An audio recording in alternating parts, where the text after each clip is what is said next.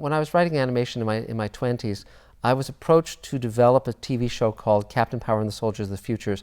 Let's start that one again. Should I clap? Do you need me to clap? Yeah, clap. When I was in my 20s, I was writing a lot of animation for all of the networks, and I just finished writing for He-Man and the Masters of the Universe, which was financed by Mattel.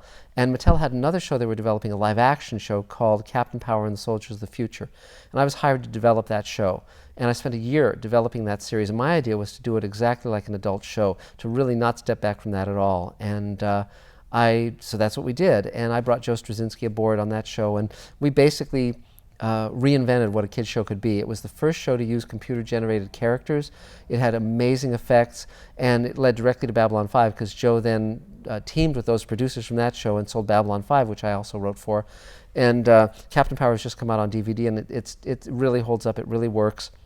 But that's where I learned sort of how to create a show from the get-go.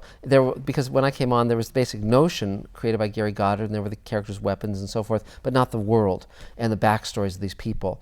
And so I worked with Gary and the rest of the team to develop that show. And then it was made for a season.